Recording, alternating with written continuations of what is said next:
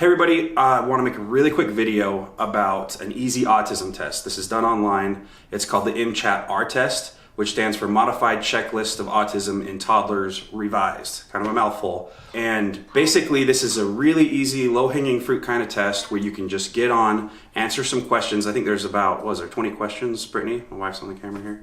Something like that, 20 questions. And you'll basically get a result back whether or not your child is at risk for autism or not. It doesn't cover everything. It's not comprehensive. It's meant to be very brief. A lot of people who are new to the channel don't know about it, often ask me, hey, what's the quickest way I can find out if my child has autism or not? This is one of those ways. It's a really great resource. Again, it doesn't cover everything. It's not going to ask you, like, does your child stack blocks hour after hour, or do they line up cars? Obviously some of the questions too can be misinterpreted, or there's a lot of debate behind that, but at least it will get you in the right direction. It is approved by the American Association of Pediatrics. I think I got that right, AAP. So it is a legit test. Once you get the results back, if it says your child is at risk for autism, and we did this with Alistair, our third child, and I did it 3 months apart, 4 times in a row, just to see if the results were consistent, and every time it was consistent. I think it used to give back a score, and ours was like a 13 or 14. Now it just says at risk or not at risk. And I answered questions about myself to see if I have autism or am at risk, and it was no, absolutely not. So that's something to take into consideration. And you might be saying, hey, this is a checklist for toddlers. Why did you test yourself? That doesn't make sense. Well, a lot of those questions still apply to adults. So if you're wondering, hey, is this test only for toddlers? You could take it for teenagers, you could take it for adults. Also thinking back early on in their life at some of the things they did, you could use that as a point of reference. But it's pretty consistent is what I'm trying to get across. What else do I need to cover, Britt? Remember to mention that when they ask the questions and you're answering, that it's most of the time. Right. So it's yes or no questions, and you might be stumped on some of them because you're like, well, they do this some of the time, but not all of the time. It's a general test. So yeah, it's a general test. So just answer what your child does the majority of the time. So one of the questions is, does your child come up to you to point out like toys and objects and things like that to get you interested in what they're interested in? And if they did that maybe once or twice, but most of the time they're not interested in interacting with you, then you would answer, no, my child does not come up to me. Why don't you talk about the difference between this and a full diagnosis? Oh yeah, so once you get this test done, you get your results back.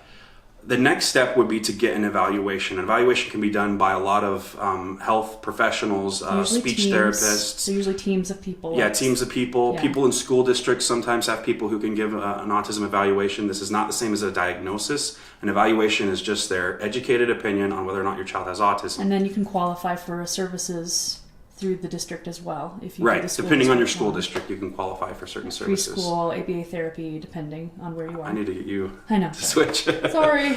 But after that, that's the lowest hanging fruit because you can get that stuff almost immediately or as soon as you get on it. The one that takes a while is the diagnosis.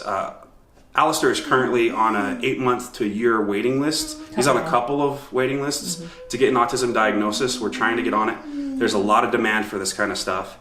So yeah, you just have to play the waiting game, and a diagnosis will be done by a psychologist, usually. Yeah, social worker too. Social workers, sometimes doctor's opinion. A lot of times they'll get neurologists to give their opinion and insights. So basically that's the most accurate way to confirm if your child has autism or not. And how is a diagnosis. Different? How is it different from a 20-question questionnaire on the internet? How is it different? Yes. They get to see your child firsthand. They get to interact with them. They record video of them, usually through a one-way mirror, and they get to see firsthand what your child is like. They get to talk to the parents. They get to get more experience, more context as to whether or not your child has autism or not. Whereas a question online, obviously you wouldn't get as much information. It's not as accurate. It's written as well. They give you a very comprehensive package of information, remember? Yeah, and when you get the autism diagnosis, the official diagnosis, you can use that to help your child in the future get into certain programs, get certain type of funding if that's what you're after to help you. I'm sorry? Mention Social Security. Is there a Social Security thing? Remember? The one that you do every tax season?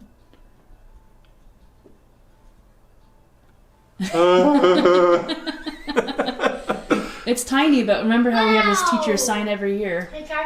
Oh, right. Yeah. Yeah.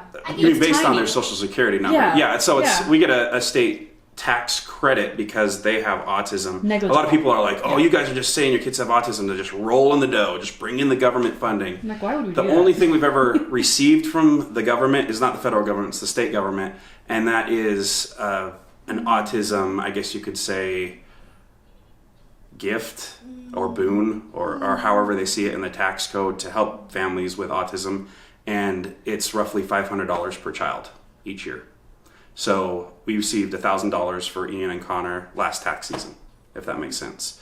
So a diagnosis will help that. They also want signed forms from their teachers. Yeah, you have to have a lot of paperwork for that. Yeah, you have to have a lot of paperwork. So if you need extra funding for ABA therapies, for medication, replaced furniture, okay, there's no shame in saying I need some extra help because you were dealt a different card in life.